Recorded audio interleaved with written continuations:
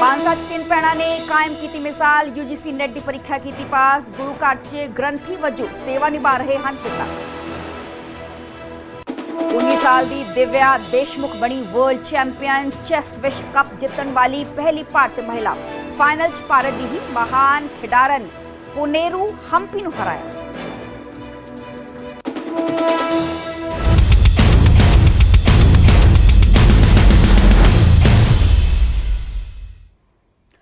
सत श्री अकाल जी, मैं हाँ सरबजोत कौर। न्यूज़ 18 पंजाब हरियाणा देख रहे सारे दर्शकों का स्वागत है। बुलेटिन की शुरुआत करांगे तो सब तो पहले गल करांगे पार्लीमेंट की, क्योंकि मॉनसून सैशन लगातार जारी है।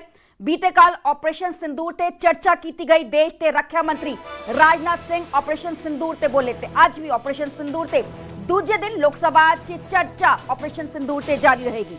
अमित शाह विरोधी धिर नूं अज जवाब देंगे। करीब 12 बजे बोल सकते हैं देश के गृह मंत्री अमित शाह ऑपरेशन सिंदूर ते। शाम नूं सदन च पीएम नरेंद्र मोदी भी संबोधन कर सकते थे। अज राज्यसभा च भी ऑपरेशन सिंदूर ते चर्चा की जाएगी। कल रक्षा मंत्री राजनाथ सिंह ने चर्चा की शुरुआत की सी। पार्लीमेंट का मॉनसून सैशन लगातार जारी है। बीते कल चर्चा की शुरुआत तकरीबन 2 बजे हुई सी। सब तो पहला देश के defence minister Rajnath Singh operation Sindoor ते उन्होंने चर्चा की सी, गलबात की सी, संबोधन किया सी। अज देश के गृह मंत्री अमित शाह ऑपरेशन सिंदूर ते बोलणगे ते शाम नूं देश के पीएम नरेंद्र मोदी भी ऑपरेशन सिंदूर ते बोल सकते। काबिल गौर है कि बीते कल रक्षा मंत्री ने साफ तौर पर कहा कि हुणे भी ऑपरेशन सिंदूर लगातार जारी है। हाल फिलहाल वो टैंपरेरी तौर पर मुलतवी किया गया है। जे इहो जी हमाकत आने वाले दिनों इन फ्यूचर च पाकिस्तान के वालों की गई है तो दोबारा तो operation Sindoor as it is ही उसके बाबत जो है अटैक किया जाएगा। मुंह तोड़वा जवाब पाकिस्तान को दिता जाएगा, क्योंकि विरोधी धिर लगातार मांग कर रहे थे कि ऑपरेशन सिंदूर से चर्चा की जाए। सीज फायर किद्दां होया उसते विरोधी धिर दे वालों जो सवाल खड़े किए गए सी, उन्हां सारे सवालों का जवाब दिता जाए। तकरीबन 16 घंटे लोकसभा चर्चा की जाएगी। बीते कल इसकी शुरुआत देश के डिफेंस मिनिस्टर राजनाथ सिंह दे वालों की गई है तो कल सारा दिन ही बाद दोपहर चर्चा हुई है। तो अज देश के गृह मंत्री अमित शाह तकरीबन 12 बजे ऑपरेशन सिंदूर से बोल सकते हैं।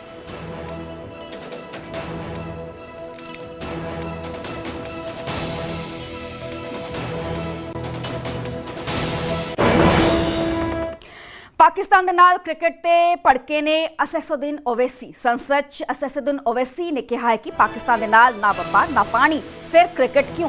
खून अते पानी इकट्ठे नहीं वग सकते ने। मैच किवें हो सकता है? तुहाडा ज़मीर जिंदा क्यों नहीं है? ओवैसी ने इन्हां गल्लां दा जिक्र किया। उन्होंने कहा कि मैच देखने लई मेरा ज़मीर कदे इजाजत मैनूं नहीं देवेगा। एक गोरा व्हाइट हाउस च बैठ के सीज फायर का ऐलान करता है तो कितना किते हमलावर ने विरोधी धिर ते सरकार ते ओवैसी। उन्होंने कहा कि संसद च पाकिस्तान के नाल ना व्यापार ना पानी, फिर क्रिकेट क्यों? क्योंकि हाल फिलहाल च ऐलान किया गया कि यूएई च मैच खेडिया जाएगा भारत ते पाकिस्तान दे विचाले। ते जिस सब दे चलदे हुण विरोधियों के वालों लगातार हमले किए जा रहे हैं। सरकार ते बीते कल भी कांग्रेस ने जैशा दे बहाने बीजेपी ते तिखा शब्दी हमला बोलिया सी। हुण असदुद्दीन ओवैसी ने लोकसभा च कहा कि पाकिस्तान के नाल ना व्यापार ना पानी, फिर क्रिकेट क्यों? खून अते पानी इकट्ठे नहीं वग सकते तो मैच किवें हो सकता है? तुहाडा ज़मीर जिंदा क्यों नहीं? आपके जरिए से वजीर आजम और हुकूमत से ये है, फिर जिन इंसानों को बैसारा की वादी में मारा गया था, क्या आपका जमीर इस बात की इजाजत देता है कि आप ट्रेड बंद कर दिए? पाकिस्तान का एयरक्राफ्ट हमारे एयर स्पेस में नहीं आ सकता, उनकी कश्ती हमारे पानी में नहीं आ सकती, ट्रेड खत्म हो चुका है डायरेक्ट इनडायरेक्ट ट्रेड।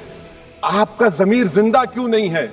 किस सूरत से आप पाकिस्तान से क्रिकेट मैच खेलेंगे जब हम पानी नहीं दे रहे हैं? 80% पानी पाकिस्तान का हम रोक रहे हैं। यह कहकर के पानी और खून नहीं बहेगा, आप क्रिकेट मैच खेलेंगे? मैडम, मेरा जमीर तो गवारा नहीं करता कि मैं उस मैच को देखूंगा। क्या इस हुकूमत में इतनी हिम्मत है कि उन 25 मरने वालों को फोन करके कहे कि देखो हमने ऑपरेशन सिंदूर में बदला ले लिया, अब तुम पाकिस्तान का मैच देखो? बड़ी अफसोस की बात है मैडम, अकाउंटेबिलिटी किस पर है? पहलगाम किसने किया? 7.5 लाख हमारी फौज और सेंट्रल पैरामिलिट्री फोर्स है, ये कहां से 4 चूहे घुसकर हमारे भारत के नागरिक को मारे? अकाउंटेबिलिटी किस पर फिक्स होगी? एलजी पर फिक्स होगी तो एलजी को बरतरफ करिए, आईबी पर आती है तो एक्शन लीजिए, पुलिस पर आती है तो एक्शन लीजिए, मगर आप ये समझ रहे हैं कि ऑपरेशन कर दिया और हम खामोश लोग भूल जाएंगे। अकाउंटेबिलिटी फिक्स करना पड़ेगा। मैडम, डिटरेंस आपकी क्या है? आपने सर्जिकल स्ट्राइक किया, आपने बालाकोट किया, फिर ये पहलगाम हुआ, तो आपकी डिटरेंस की पॉलिसी नाकाम साबित हुई। कश्मीर की पॉलिसी नाकाम साबित हुई। 370 हटा दिया आपने एक रियासत को यूटी बना दिया, और उसके बावजूद भी दहशतगर्द वहां पर पहुंच गए। तो और अफसोस मुझे इस बात का होता है मैडम कि पाकिस्तान को हम जानते हैं, पाकिस्तान और इजराइल इस पूरी दुनिया में एक फेल्ड स्टेट है, और पाकिस्तान के आर्मी चीफ को, जिससे हमारे स्ट्रेटेजिक रिलेशनशिप, इसको अपना दोस्त कहते हैं, उस देश का प्रेसिडेंट उस शख्स को बुलाकर खाना खिलाता है अपने साथ, जिसके भाषण से हमारे लोग मारे गए थे। तो क्या आपकी खर्जा पॉलिसी कामयाब हुई? आप देख लीजिए। अच्छा, हमारे देश में एक ऐसी तंजीम है जिसका वजूद नफरत की बुनियाद पर और मजहबी अज़बियत को फैलाने के लिए बनाया गया। उनको तकलीफ है सेकुलरिज्म से, सोशलिज्म से, मगर हमारे संविधान के प्रियम्बल में लफ्ज सॉवरेन है। सॉवरेन का मतलब यह है कि हम खुद मुख्तार हैं, हम हाकिम आला हैं, हम अपने मुल्क के मुकद्दर का फैसला करेंगे। एक गोरा व्हाइट हाउस में बैठकर भारत की सीज फायर का ऐलान करेगा?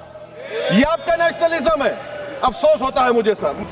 ने कार्रवाई इसलिए रोकी क्योंकि कॉन्फ्लिक्ट के पहले और उसके दौरान जो भी पॉलिटिकल और मिलिट्री ऑब्जेक्टिव्स तय किए गए थे, उसे हम पूरी तरह से हासिल कर चुके थे। इसलिए यह कहना, यह मानना कि यह ऑपरेशन किसी दबाव में रोका गया था, यह बेबुनियाद है और सरासर गलत है। किसी भी परीक्षा के परिणाम में रिजल्ट मैटर करता है। यदि किसी परीक्षा में कोई बच्चा अच्छे मार्क्स लेकर आ रहा है, तो हमारे लिए उसके मार्क्स मैटर करने चाहिए। हमें इस बात का ध्यान नहीं रखना चाहिए कि एग्जाम के दौरान उसकी पेंसिल टूट गई थी या उसकी पेन खो गई। 10 मई को पाकिस्तान के डीजीएमओ ने भारत के डीजीएमओ से संपर्क किया और सैन्य कार्रवाइयों को रोकने की अपील की। मैं सदन में यह बात फिर से दोहराना चाहूंगा कि पाकिस्तान के डीजीएमओ ने भारत के डीजीएमओ से संपर्क किया और सैन्य कार्रवाइयों को रोकने की अपील की।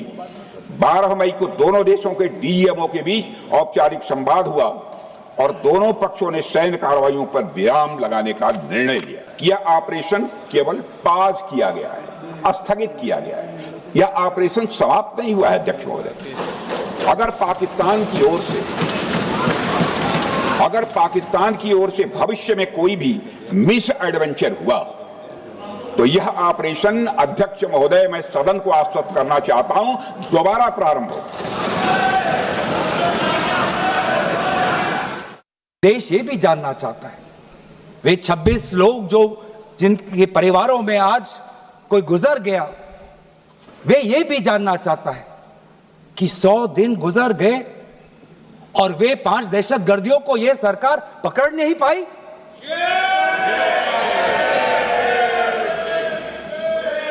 देश के वो लोग ये भी जानना चाहते हैं कि ये जो 5 दहशतगर्दे थे, दहशतगर्दी जो आए टेररिस्ट, निश्चय इनको किसी ने पनाह दी, निश्चय इनको किसी ने जानकारी दी, निश्चय ये पूरा जो 1 घंटा का जो उन्होंने गोला बारूदी की, उसके बाद ये फरार हो गए। उनको फरार होने में भी किसी ने उनकी मदद की, और आज भी ये 100 दिन हो गए और सरकार के पास कोई जवाब नहीं। और मैं आपसे भी कहना चाहता हूं, आपको भी रास्ता चुनना होगा, या तो आंख दिखाओ या हाथ मिलाओ, या तो बातचीत करके अमेरिका से संबंध सुधारो और डोनाल्ड को चुप कराओ, डोनाल्ड का मुंह बंद कराओ। नहीं तो हिंदुस्तान में मैकडोनाल्ड को बंद कराओ। अमेरिका को अधिकार नहीं है, दोनों घोड़ों पे सवार होकर चलने का अधिकार नहीं। ਅੱਗੇ ਵਧਾਂਗੇ ਤੇ ਗੱਲ ਕਰਾਂਗੇ ਸਿਲੈਕਟ ਕਮੇਟੀ ਦੀ। ਬੇਅਦਬੀ ਵਿਰੋਧੀ ਬਿੱਲ ਤੇ ਬਣੀ ਸਿਲੈਕਟ ਕਮੇਟੀ ਦੀ ਅੱਜ ਦੂਜੀ ਬੈਠਕ ਹੋਣ ਜਾ ਰਹੀ ਹੈ। ਦੁਪਹਿਰੇ 2:30 ਵਜੇ ਇਹ ਬੈਠਕ ਹੋਏਗੀ। ਦੱਸ ਕਿ ਮੰਤਰੀ ਇੰਦਰਬੀਰ ਸਿੰਘ ਨਿੱਜਰ ਇਸ ਦੀ ਅਗਵਾਈ ਕਰਨਗੇ, ਕਿਉਂਕਿ ਇਸ ਕਮੇਟੀ ਦੀ ਕਮਾਨ ਸਾਬਕਾ ਮੰਤਰੀ ਇੰਦਰਬੀਰ ਨਿੱਜਰ ਨੂੰ ਸੌਂਪੀ ਗਈ ਹੈ। ਦੱਸ ਦੇ ਕਿ ਹਰ ਹਫਤੇ ਇਹ ਜੋ ਕਮੇਟੀ ਹੈ ਮੀਟਿੰਗ ਕਰਿਆ ਕਰੇਗੀ। ਪਿਛਲੀ ਮੀਟਿੰਗ 'ਚ ਕਮੇਟੀ ਨੇ ਧਾਰਮਿਕ ਜਥੇਬੰਦੀਆਂ ਦੇ ਨਾਲ ਆਮ ਲੋਕਾਂ ਤੋਂ ਵੀ ਰਾਏ ਲੈਣ ਦੀ ਗੱਲ ਆਖੀ ਸੀ। ਕਮੇਟੀ ਨੇ 6 ਮਹੀਨੇ 'ਚ ਆਪਣੀ ਰਿਪੋਰਟ ਦੇਣੀ ਹੈ ਤੇ ਬੇਅਦਬੀ ਬਿੱਲ ਨੂੰ ਪੇਸ਼ ਕੀਤਾ ਗਿਆ ਸੀ। ਹਾਲਾਂਕਿ ਇਹ ਡਿਸਾਈਡ ਕੀਤਾ ਗਿਆ ਕਿ ਇਹ ਜੋ ਬਿੱਲ ਹੈ ਸਿਲੈਕਟ ਕਮੇਟੀ ਕੋਲ ਭੇਜਿਆ ਜਾਏਗਾ। ਸਿਲੈਕਟ ਕਮੇਟੀ ਦਾ ਗਠਨ ਕੀਤਾ ਗਿਆ ਸੀ। ਪਿਛਲੇ ਹੀ ਦਿਨੇ ਸਿਲੈਕਟ ਕਮੇਟੀ ਦੀ बैठक भी हुई सी ते अज दूजी बैठक ते जथेदार श्री अकाल तख्त साहब ते SGPC दे वल्लों कमेटी का गठन किया गया है, जिस सब के चलते अज जो है इस कमेटी की दूजी बैठक होने जा रही है। 10 दोपहर 2:30 बजे ये बैठक होएगी। मंत्री इंद्रबीर सिंह निज्जर इसकी अगवाई करेंगे। साबका मंत्री ने हर हफ्ते इस कमेटी की मीटिंग होया करेगी, क्योंकि जो वक्-वक् धार्मिक जथेबंदियां ने उन्हां नाल सलाह मशवरा इस कमेटी के वल्लों किया जाएगा ते हर हफ्ते ही ये जो कमेटी है अपनी बैठक करेगी, विचारा सांझी करेगी तो तकरीबन 6 महीने बाद इन्हां दे वल्लों अपनी जो रिपोर्ट है वो सौंपी जाएगी।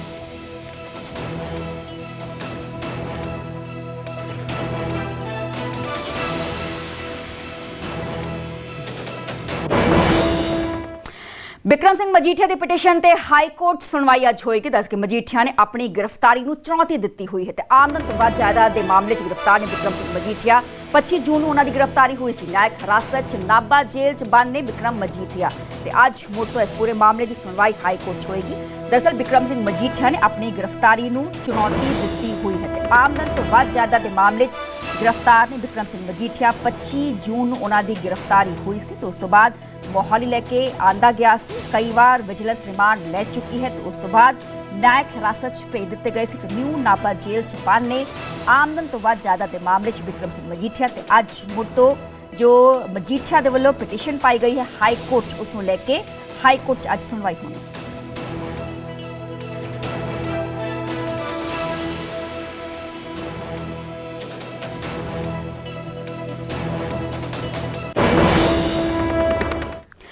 अदाकार राजकुमार राव ने जलंधर कोर्ट 'ਚ ਸਰੈਂਡਰ ਕੀਤਾ है। दस के धार्मिक भावनावां ਨੂੰ ਭੜਕਾਉਣ ਦਾ ਇਲਜ਼ਾਮ ਉਹਨਾਂ ਤੇ ਲੱਗਿਆ ਸੀ। ਇਹ ਪੂਰਾ ਮਾਮਲਾ ਉਸ ਦੇ ਨਾਲ ਜੁੜਿਆ ਹੋਇਆ ਹੈ। ਅਦਾਕਾਰ ਦੇ ਖਿਲਾਫ ਅਰੈਸਟ ਵਾਰੰਟ ਵੀ ਜਾਰੀ ਹੋ ਗਏ ਸਨ ਤੇ 30 ਜੁਲਾਈ ਨੂੰ ਮਾਮਲੇ ਦੀ ਅਗਲੀ ਸੁਣਵਾਈ ਹੋਏਗੀ। ਕੋਰਟ ਨੇ ਅਦਾਕਾਰ ਦੀ ਜ਼ਮਾਨਤ ਅਰਜ਼ੀ ਮਨਜ਼ੂਰ ਕਰ ਲਈ ਹੈ। ਰਾਜकुमार ਰਾव ਨਾਲ ਜੁੜਿਆ ਹੋਇਆ ਪੂਰਾ ਮਾਮਲਾ ਹੈ। ਜਲੰਧਰ ਦੇ ਅਦਾਲਤ ਵਿੱਚ ਧਾਰਮਿਕ ਭਾਵਨਾਵਾਂ ਭੜਕਾਉਣ ਦੇ ਮਾਮਲੇ ਵਿੱਚ ਬਹਿਨ ਹੋਗੀ ਤੇਰੀ ਫਿਲਮ ਦੇ ਹੀਰੋ राजकुमार राव ने सोमवार ਨੂੰ ਸਰੈਂਡਰ ਕੀਤਾ। ਅਦਾਲਤ ਵਿੱਚ ਪੇਸ਼ ਨਾ ਹੋਣ ਤੇ ਰਾव ਦੇ ਵਿਰੁੱਧ ਗ੍ਰਿਫਤਾਰੀ ਵਾਰੰਟ ਜਾਰੀ ਕੀਤੇ ਗਏ ਸੀ। ਮਾਮਲੇ ਦੀ ਅਗਲੀ ਸੁਣਵਾਈ 30 ਜੁਲਾਈ ਨੂੰ ਹੋਏਗੀ। ਬਚਾਅ ਪੱਖ ਦੇ ਵਕੀਲ ਨੇ ਕਿਹਾ ਹੈ ਕਿ ਉਹਨਾਂ ਦੇ ਜੋ ਮੁਵੱਕਿਲ ਨੇ ਅਦਾਲਤ ਤੋਂ ਰਾਹਤ ਮਿਲਣ ਤੋਂ ਬਾਅਦ ਜਾਂਚ ਵਿੱਚ ਸ਼ਾਮਲ ਹੋਣਗੇ। ਪੁਲਿਸ ਨੇ ਜਾਂਚ ਪੂਰੀ ਕਰ ਲਈ ਹੈ ਅਤੇ ਅਦਾਲਤ ਵਿੱਚ ਚਾਰਜਸ਼ੀਟ ਦਾਇਰ ਕੀਤੀ ਹੈ, ਪਰ ਉਹ ਉਸ ਪਤੇ ਤੇ ਨਹੀਂ ਰਹਿੰਦੇ ਜਿਸ ਤੇ ਅਦਾਲਤ ਦੇ ਵੱਲੋਂ ਸਮਨ ਭੇਜੇ ਗਏ ਸੀ। ਬੀਤੇ ਕੱਲ੍ਹ ਹੀ ਪੇਸ਼ ਹੋ ਕੇ ਉਹਨਾਂ ਨੇ ਸਰੈਂਡਰ ਕੀਤਾ ਤੇ ਉਸ ਤੋਂ ਬਾਅਦ ਉਹਨਾਂ ਨੂੰ ਜ਼ਮਾਨਤ ਮਿਲ ਗਈ।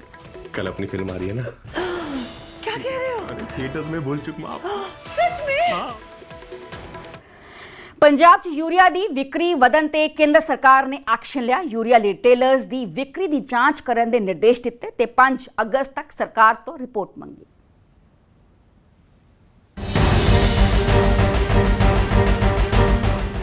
पिछले साल के मुकाबले इस साल पंजाब दे विच यूरिया की वध विक्री हुई है, जिस ते केंद्र सरकार ने सख्ती विखाई और चिंता भी जताई कि यूरिया किसानों कोल पहुंच रही है या इसकी किते दुर्वरतों हो रही है। इस नूं लैके केंद्र सरकार ने टॉप के 10 रिटेलरां की सूची जारी की, जिस ते सूबे के खेतीबाड़ी विभाग के वल्लों एक्शन लिया गया। संगरूर विच रिटेलरां की वड्डे पद्धर ते चैकिंग की गई। सिर्फ इत्थे देखना है भी जी यूरिया की हैगी आ कंजम्पशन वो जिमींदार तक सही होवे।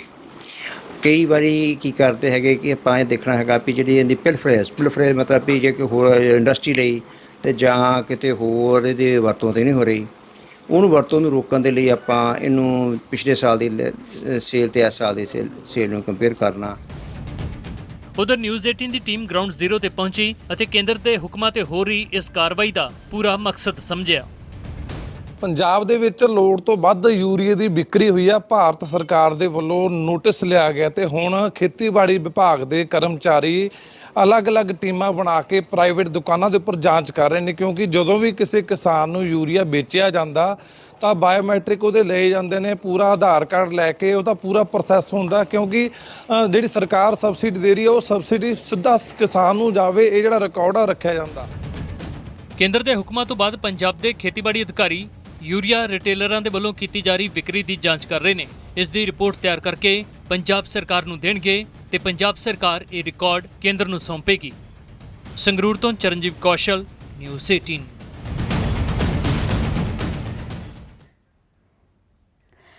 ਸ਼ਹੀਦੀ ਸ਼ਤਾਬਦੀ ਤੋਂ ਪਹਿਲਾਂ ਇੱਕ ਵਾਰ ਫਿਰ ਬੰਦੀ ਸਿੰਘਾਂ ਦੀ ਰਿਹਾਈ ਦਾ ਮੁੱਦਾ ਉੱਠਿਆ ਹੈ। ਸ਼੍ਰੋਮਣੀ ਕਮੇਟੀ ਨੇ 2019 ਵਾਲੇ ਨੋਟੀਫਿਕੇਸ਼ਨ ਦਾ ਹਵਾਲਾ ਦਿੰਦੇ ਹੋਏ ਬੰਦੀ ਸਿੰਘਾਂ ਦੀ ਰਿਹਾਈ ਦੀ ਮੰਗ ਕੀਤੀ ਹੈ। ਉੱਥੇ ਸ਼ਤਾਬਦੀ ਸਮਾਗਮ 'ਚ ਭੰਗੜੇ ਵਾਲੇ ਮਾਮਲੇ ਸਖਤ ਸਜ਼ਾ ਦੀ ਮੰਗ ਵੀ ਕੀਤੀ ਹੈ।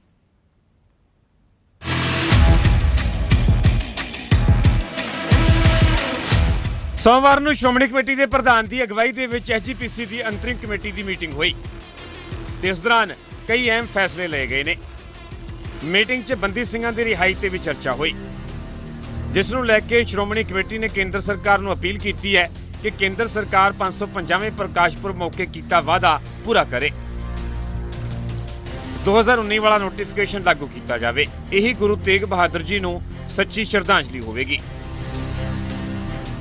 ਸਾਹਿਬ ਸ੍ਰੀ ਗੁਰੂ ਨਾਨਕ ਦੇਵ ਪਾਤਸ਼ਾਹ ਜੀ ਦੇ 550ਵੇਂ ਪ੍ਰਕਾਸ਼ ਦਿਹਾੜੇ ਤੇ ਬੰਦੀ ਸਿੰਘਾਂ ਦੀਆਂ ਜਿਹੜੀਆਂ ਸਜ਼ਾਵਾਂ ਕੁਝ ਮਾਫ ਕਰਨ ਲਈ ਤੇ ਕੁਝ ਜਿਹੜੀਆਂ ਉਹ ਕੰਪਿਊਟ ਕਰਕੇ ਉਮਰ ਕੈਦ 'ਚ ਉਹ ਤਬਦੀਲ ਕਰਨ ਦਾ ਨੋਟੀਫਿਕੇਸ਼ਨ ਹੋਈ ਸੀ। ਬਕਾਇਦਾ ਪਹਿਲਾਂ ਐਲਾਨ ਹੋਇਆ, ਫਿਰ ਨੋਟੀਫਿਕੇਸ਼ਨ ਹੋਈ, ਜਿਹਦੇ ਵਿੱਚ ਭਾਈ ਬਲਵੰਤ ਸਿੰਘ ਜੀ ਰਾਜੋਆਣਾ ਉਹਨਾਂ ਦੀ ਫਾਂਸੀ ਦੀ ਸਜ਼ਾ ਨੂੰ ਉਮਰ ਕੈਦ ਵਿੱਚ ਬਦਲਣ ਦੀ ਇਹ ਐਲਾਨ ਹੋਇਆ ਸੀ। ਕਿਉਂਕਿ ਮੈਂ ਸਮਝਦਾ ਇਹ ਇੱਕ ਸੱਚੀ ਤੇ ਸੁੱਚੀ ਸ਼ਰਧਾਂਜਲੀ ਹੋਊਗੀ ਸਾਹਿਬ ਗੁਰੂ ਤੇਗ ਬਹਾਦਰ ਪਾਤਸ਼ਾਹ ਜੀ ਨੂੰ ਵੀ ਤੇ ਸਿੱਖ ਕੌਮ ਨੂੰ ਵੀ। ਅੰਤਰਿਮ ਕਮੇਟੀ ਦੀ ਮੀਟਿੰਗ ਦੇ ਵਿੱਚ ਸ਼ਤਾਬਦੀ ਸਮਾਗਮ ਦੇ ਵਿੱਚ ਭੰਗੜੇ ਦੇ ਮਾਮਲੇ ਦੀ ਵੀ ਨਿੰਦਾ ਕੀਤੀ ਗਈ। ਸ਼੍ਰੋਮਣੀ ਕਮੇਟੀ ਪ੍ਰਧਾਨ ਨੇ ਇਸ ਮਾਮਲੇ 'ਚ ਸਖਤ ਤੋਂ ਸਖਤ ਸਜ਼ਾ ਦੀ ਮੰਗ ਕੀਤੀ ਹੈ ਕਿ ਸਾਹਿਬ ਗੁਰੂ ਤੇਗ ਬਹਾਦਰ ਪਾਤਸ਼ਾਹ ਜੀ ਦਾ ਸ਼ਹੀਦੀ ਗੁਰਪੁਰਬ ਮਨਾ ਰਹੇ ਹਾਂ ਤੇ ਆਪਾਂ ਭੰਗੜੇ ਪਾ ਰਹੇ ਹਾਂ ਤੇ ਉੱਥੇ ਗਾਣੇ ਗਾਏ ਜਾ ਰਹੇ ਆ, ਉਹ ਵੀ ਜਿਹੜੇ ਪ੍ਰਬੰਧਕ ਕਰਦਾ ਉਹਨਾਂ ਦੀ ਹਾਜ਼ਰੀ ਦੇ ਵਿੱਚ। ਸੋ ਇਸ ਕਰਕੇ ਕਿਉਂਕਿ ਮਸਲਾ ਹੁਣ ਸ੍ਰੀ ਅਕਾਲ ਤਖਤ ਸਾਹਿਬ ਤੇ ਚਲਿਆ ਗਿਆ, ਅਸੀਂ ਆਪਣੇ ਤੌਰ ਤੇ ਵੀ ਮੰਗ ਕਰਦੇ ਹਾਂ ਕਿ ਇਹਦੇ ਉੱਤੇ ਜੋ ਕਾਰਵਾਈ ਹੋਣੀ ਚਾਹੀਦੀ ਆ ਤਾਂ ਕਿ ਕੋਈ ਗਾਂ ਹਮਾਕਤ ਨਾ ਕਰ ਸਕੇ ਇਹੋ ਜਿਹੀ। ਸ਼੍ਰੋਮਣੀ ਕਮੇਟੀ ਨੇ ਕੇਂਦਰ ਸਰਕਾਰ ਅੱਗੇ ਇਹ ਵੀ ਮੰਗ ਰੱਖੀ ਹੈ ਕਿ ਸ੍ਰੀ ਕਰਤਾਰਪੁਰ ਸਾਹਿਬ ਦੇ ਦਰਸ਼ਨਾਂ ਦੇ ਲਈ ਸਾਰੀਆਂ ਸ਼ਰਤਾਂ ਹਟਾਈਆਂ ਜਾਣ ਤੇ ਆਧਾਰ ਕਾਰਡ ਦੇ ਜ਼ਰੀਏ ਹੀ ਦਰਸ਼ਨਾਂ ਦੀ ਇਜਾਜ਼ਤ ਦਿੱਤੀ ਜਾਵੇ। ਮਸਲੇ ਆ ਕਿ ਆਮ ਬੰਦਾ ਹਰਕਤ ਹੀ ਨਹੀਂ ਕਰਦਾ। ਪਹਿਲਾਂ ਤਾਂ ਉਹ ਜਾਂਦਾ ਸੁਵਿਧਾ ਕੇਂਦਰ ਦੇ ਵਿੱਚ, ਫਿਰ ਉਹਦੇ ਕੋਲ ਪਾਸਪੋਰਟ ਹੈ ਨਹੀਂਗਾ ਤੇ ਫਿਰ ਉਹਦੇ ਲਈ ਕੋਲ ਜੇ ਜਾਣ ਨੂੰ ਉੱਥੇ ਜਮ੍ਹਾਂ ਕਰਾਉਣ ਨੂੰ $20 ਹੈ ਨਹੀਂ। ਅਸੀਂ ਅਕਸਰ ਹਰ ਇੱਕ ਤਕਰੀਬਨ ਹਾਊਸ ਦੇ ਵਿੱਚ, ਜਨਰਲ ਹਾਊਸ 'ਚ ਇਸ ਗੱਲ ਦੀ ਮੰਗ ਰੱਖਦੇ ਹਾਂ ਕਿ ਸ਼ਰਤਾਂ ਤੁਰੰਤ ਹਟਾਈਆਂ ਜਾਣ, ਆਧਾਰ ਕਾਰਡ ਨੂੰ ਮੰਨ ਲਿਆ ਜਾਵੇ। ਤਾਂ ਸ਼੍ਰੋਮਣੀ ਕਮੇਟੀ ਨੇ ਇੱਕ ਵਾਰ ਫਿਰ ਬੰਦੀ ਸਿੰਘਾਂ ਦੀ ਰਿਹਾਈ ਦਾ ਮੁੱਦਾ ਚੁੱਕਿਆ ਤੇ ਹਵਾਲਾ 2019 ਵਾਲੇ ਨੋਟੀਫਿਕੇਸ਼ਨ ਦਾ ਦਿੱਤਾ ਹੈ। ਨਾਲ ਹੀ ਐਸਜੀਪੀਸੀ ਸ਼ਤਾਬਦੀ ਸਮਾਗਮਾਂ ਦੇ ਵਿੱਚ ਭੰਗੜੇ ਵਾਲੇ ਮਾਮਲੇ 'ਚ ਵੀ ਸਖਤ ਨਜ਼ਰ ਆ ਰਹੀ ਹੈ। ਜ਼ਿਕਰਯੋਗ ਹੈ ਕਿ ਭਾਸ਼ਾ ਵਿਭਾਗ ਨੇ ਸ਼੍ਰੀਨਗਰ ਦੇ ਵਿੱਚ ਸੈਮੀਨਾਰ ਕਰਵਾਇਆ ਸੀ। ਇਸ ਦੌਰਾਨ ਪੰਜਾਬੀ ਗਾਇਕ ਵੀਰ ਸਿੰਘ ਨੇ ਰੋਮਾਂਟਿਕ ਗੀਤ ਗਾਏ ਤੇ ਲੋਕ ਭੰਗੜਾ ਪਾਉਂਦੇ ਹੋਏ ਨਜ਼ਰ ਆਏ ਸਨ, ਜਿਸ ਨੂੰ ਲੈ ਕੇ ਅਕਾਲ ਤਖਤ ਸਾਹਿਬ ਨੇ ਮੰਤਰੀ ਹਰਜੋਤ ਬੈਂਸ ਤੇ ਭਾਸ਼ਾ ਵਿਭਾਗ ਦੇ ਡਾਇਰੈਕਟਰ ਨੂੰ 1 ਅਗਸਤ ਨੂੰ ਤਲਬ ਵੀ ਕੀਤਾ ਹੋਇਆ ਹੈ। ਅੰਮ੍ਰਿਤਸਰ ਤੋਂ ਰਾਜੀਵ ਸ਼ਰਮਾ, ਨਿਊਜ਼ 18 ਪੰਜਾਬ। ਮੈਨੂੰ 1 ਤਰੀਕ ਨੂੰ ਬੁਲਾਇਆ ਜੀ, ਮੈਂ ਇੱਕ ਨਿਮਾਣਾ ਸਿੱਖ ਹੋ ਕੇ ਮੈਂ ਉੱਥੇ ਜੀ ਪੇਸ਼ ਹੋਊਂਗਾ। ਜਿਹੜਾ ਪੂਰਾ ਘਟਨਾਕ੍ਰਮ ਹੋਇਆ ਮੈਂ ਉਹਦੇ ਤੇ ਬਰਾੜ ਸਾਹਿਬ ਮੇਰੀ ਦੇਖੋ ਮੇਰੀ ਤੁਹਾਨੂੰ ਬੇਨਤੀ ਹੈ। ਪਹਿਲੀ ਗੱਲ ਤਾਂ ਮੈਂ ਦੋਵੇਂ ਹੱਥ ਜੋੜ ਕੇ ਮੰਗਦਾ, ਕਿਉਂਕਿ ਮੈਂ ਕਿਸੇ ਤੇ ਜ਼ਿੰਮੇਵਾਰੀ ਪਾਦਾ ਉਹ ਠੀਕ ਨਹੀਂ ਹੈ। ਮੇਰਾ ਵਿਭਾਗ ਸੀ, ਮੈਂ ਦੋਵੇਂ ਹੱਥ ਜੋੜ ਕੇ ਜਿਹੜੇ ਹੈ ਮਾਫੀ ਮੰਗਦਾ ਤੇ ਮੈਂ ਸਮਝਦਾ ਕਿ ਕਿਉਂਕਿ ਅਕਾਲ ਤਖਤ ਸਾਹਿਬ ਨੇ ਬੁਲਾਇਆ ਤੇ ਮੈਂ ਨਿਮਾਣਾ ਸਿੱਖ ਹੋ ਕੇ ਉੱਥੇ ਜਾਊਂਗਾ। ਉਦੋਂ ਉਸ ਤੋਂ ਬਾਅਦ ਤੁਸੀਂ ਕੁਝ ਪੁੱਛਣਾ ਹੋਵੇ ਜ਼ਰੂਰ ਪੁੱਛ ਲਿਓ, ਪਰ ਮੈਂ ਦੇਖੋ ਉੱਥੇ ਹਾਂਜੀ ਕਿਸੇ ਅਫਸਰ ਤੇ ਵੀ ਕਾਰਵਾਈ ਇਸ ਨੂੰ ਲੈ ਕੇ, ਕਿਉਂਕਿ ਮੈਂ ਤੁਹਾਨੂੰ ਹਜੇ ਮੈਨੂੰ ਇੱਕ ਉੱਥੇ ਪੇਸ਼ ਹੋਣ ਦੋ ਉਸ ਤੋਂ ਬਾਅਦ। ਸ਼ਹੀਦ ਆਜ਼ਮ ਭਗਤ ਸਿੰਘ ਨੂੰ ਸਮਰਪਿਤ ਹੈਰੀਟੇਜ ਕੰਪਲੈਕਸ ਦਾ ਉਦਘਾਟਨ ਬੀਤੇ ਕੱਲ ਸੀਐਮ ਭਗਵੰਤ ਮਾਨ ਦੇ ਵੱਲੋਂ ਕੀਤਾ ਗਿਆ। ਖਟਕੜ ਕਲਾਂ 'ਚ ਸੀਐਮ ਭਗਵੰਤ ਮਾਨ ਨੇ ਆਪ ਹੀ ਇਸ ਦਾ ਨੀਂਹ ਪੱਥਰ ਰੱਖਿਆ। ਸ਼ਹੀਦ ਆਜ਼ਮ ਭਗਤ ਸਿੰਘ ਜੀ ਦੇ ਪਰਿਵਾਰ ਦਾ ਸਨਮਾਨ ਕੀਤਾ ਗਿਆ। ਉਹਨਾਂ ਦੇ ਵੱਲੋਂ ਦੱਸਦੇ ਕਿ 700 ਸੀਟਾਂ ਦਾ ਏਸੀ ਥੀਏਟਰ ਤਿਆਰ ਹੋਏਗਾ। ਸੀਐਮ ਨੇ ਕਿਹਾ, ਉਹਨਾਂ ਨੇ ਕਿਹਾ ਕਿ ਵਿਰਾਸਤੀ ਲਾਂਘੇ 'ਚ ਸ਼ਹੀਦ ਆਜ਼ਮ ਦੀ ਕਹਾਣੀ ਵਿਖਾਈ ਜਾਏਗੀ। ਸ਼ਹੀਦੀਆਂ ਦੇ ਕੇ ਸਾਨੂੰ ਆਜ਼ਾਦੀ ਮਿਲੀ ਹੈ। ਭਗਤ ਸਿੰਘ ਨੂੰ ਚਿੰਤਾ ਸੀ ਦੇਸ਼ ਸਹੀ ਹੱਥ 'ਚ ਜਾਵੇ ਤੇ ਅਜੇ ਆਮ ਲੋਕਾਂ ਦੇ ਘਰਾਂ ਤੱਕ ਆਜ਼ਾਦੀ ਨਹੀਂ ਪਹੁੰਚੀ ਹੈ। ਅਸੀਂ ਆਮ ਲੋਕਾਂ ਦੇ ਘਰਾਂ ਤੱਕ ਆਜ਼ਾਦੀ ਪਹੁੰਚਾ ਰਹੇ ਹਾਂ। ਹੁਣ ਆਜ਼ਾਦੀ ਦੇ ਲਈ ਬੰਦੂਕ ਚੁੱਕਣ ਦੀ ਨਹੀਂ ਬਲਕਿ ਵੋਟ ਪਾਉਣ ਦੀ ਲੋੜ ਹੈ। ਸ਼ਹੀਦ ਦੇ ਨਾਂ ਤੇ ਮੰਗ ਪੱਤਰ ਨਹੀਂ ਹੱਕ ਪੱਤਰ ਦਿਆ।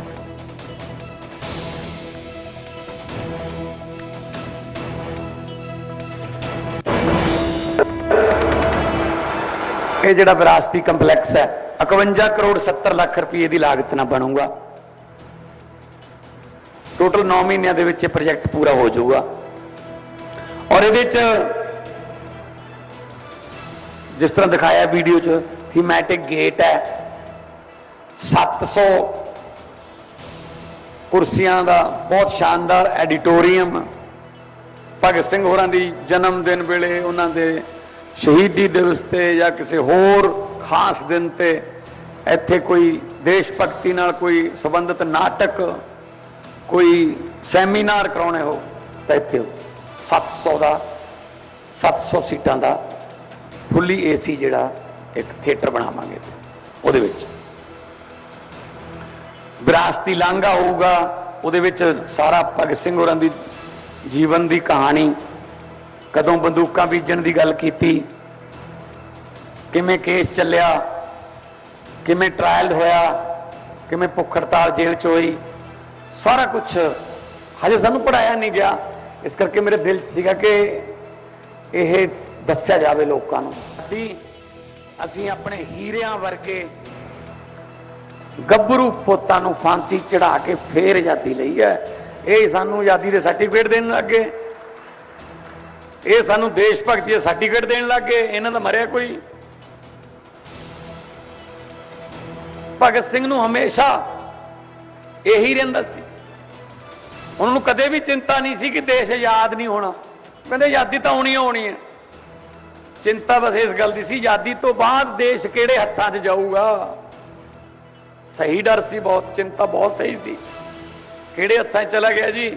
ਉਸ ਤੋਂ ਬਾਅਦ ਆ ਖੜਿਆ ਉੱਥੇ ਹੀ, ਕੋਈ 60 ਸਾਲ ਰਾਜ ਕਰ ਗਿਆ, ਕਿਸੇ ਦਾ 15 ਚੱਲ ਗਿਆ, ਆ ਖੜਿਆ ਉੱਥੇ ਹੀ।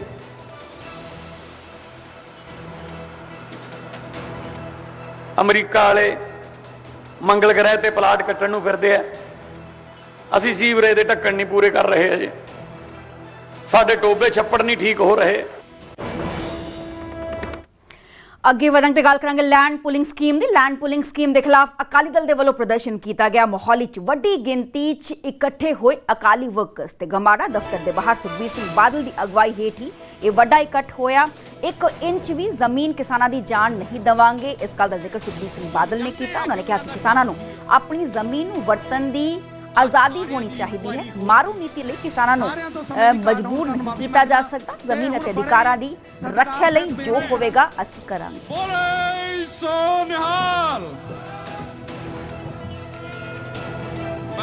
ਬਹੁਤ ਬਹੁਤ ਧੰਨਵਾਦ। ਮੈਂ ਬੜੇ ਸਤਿਕਾਰ ਸਹਿਤ ਬੇਨਤੀ ਕਰਦਾ ਪ੍ਰਸ਼ਾਸਨ ਨੂੰ ਕਿ ਅਸੀਂ ਜਿੰਨਾ ਮਰਜ਼ੀ ਜ਼ੋਰ ਲਾ ਲਿਓ, ਜਿੰਨੇ ਮਰਜ਼ੀ ਪੁਲਿਸ ਦਾ ਜ਼ੋਰ ਲਾ ਲਿਓ, ਅਫਸਰਾਂ ਦਾ ਜ਼ੋਰ ਲਾ ਲਿਓ, 1 ਇੰਚ ਜ਼ਮੀਨ ਨਹੀਂ ਲੈਣ ਦੇਵਾਂਗੇ। ਮੈਂ ਤੈਨੂੰ ਗਰੰਟੀ ਕਰਦਾ।